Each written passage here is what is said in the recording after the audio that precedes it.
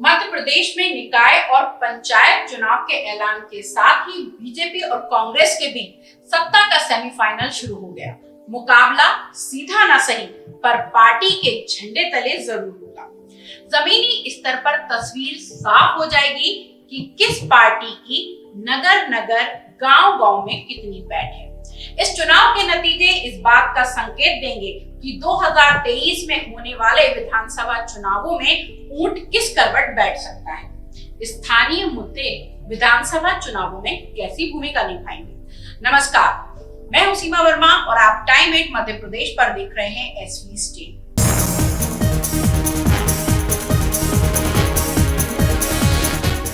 Litmus test की तरह पंचायत और नगरीय चुनावों को देखे जाने का कारण यह है कि पंचायत निकाय और विधानसभा चुनावों के बीच बहुत ज्यादा समय का फासला नहीं होगा।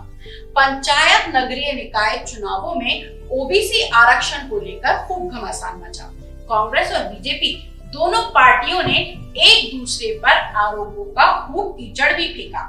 राजनीतिक समीकरण के हिसाब से ये चुनाव बेहद अहम है, इसलिए चुनाव का ऐलान होते ही बीजेपी और कांग्रेस चुनावी मोड पर आ गए। आखिरकार पंचायत चुनाव को दोनों पार्टियां इतनी सीरियसली क्यों ले रही हैं? आने वाले विधानसभा चुनाव पर इन चुनाव के नतीजे क्या असर डालेंगे, इस पर ही आज हम बात करते हैं।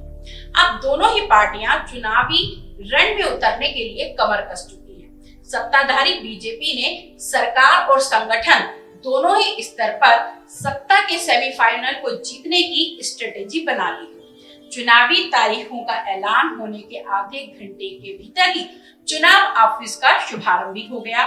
जमीनी कार्यकर्ता से लेकर संगठन के पदाधिकारियों, विधायकों और मंत्रियों को सीट जिताने की जिम्मेदारी सौंपी गई है। आज महत्वपूर्ण दिन है और मध्य प्रदेश के चुनाव आयोग ने भी ग्रामीण निकाय के चुनाव की आज घोषणा की है। आचार संहिता लागू हुई है, इसलिए मध्य प्रदेश के ग्रामीण निकाय और स्थानीय निकाय के चुनाव की दृष्टि से भारतीय जनता पार्टी के सभी कार्यकर्ता, हमारा नेतृत्व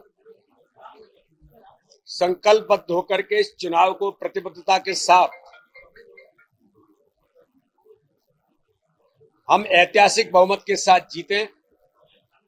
तो आज इस चुनाव कार्यालय से हमारी इसकी शुरुआत हुई है। कार्यकर्ता तो पहले से ही प्रत्येक बूथ पर, हम सब लोग जानते हैं कि भारतीय जनता पार्टी के कार्यकर्ता चुनावी मैदान में आज से नहीं, बहुत पहले से चुनावी तैयारियों में जुटे हैं।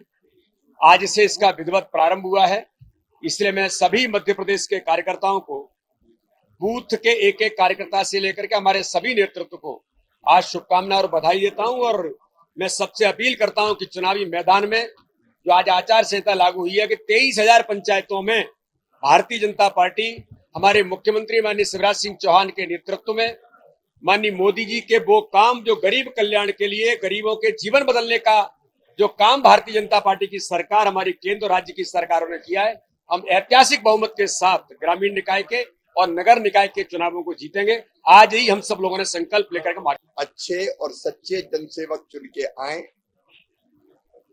जो प्रधानमंत्री श्रीमान नरेंद्र मोदी जी के गरीब कल्याण की योजना और विकास के कामों को क्रियान्वित करें, जो राज्य सरकार की योजनाओं को ठीक ढंग से जन जन तक पहुंचाएं। इसके लिए आवश्यक है कि भारतीय जनता पार्टी के प्रतिनिधि चुनकर आए।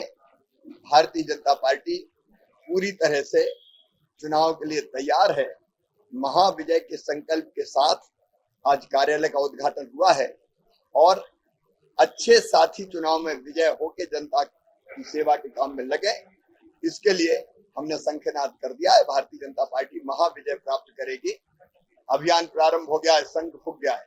विधायकों, मंत्रियों को कैंडिडेट्स जिताकर अपना परफॉर्मेंस भी दिखाना होगा, जो 2023 विधानसभा चुनाव में उनके टिकट के लिए मैदान साफ करेगा।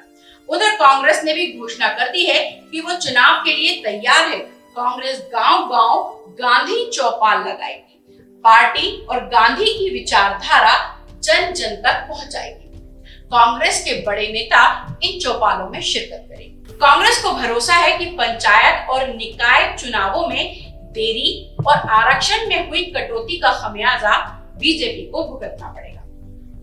पंचायती चुनाव बिना झंडे के गैर दलीय आधार पर होते हैं। फिर भी पार्टियां चाहती हैं कि उनका समर्थक कैंडिडेट पंचायत के पदों पर बैठे और उनकी विचारधारा को जन जन तक पहुंचाए।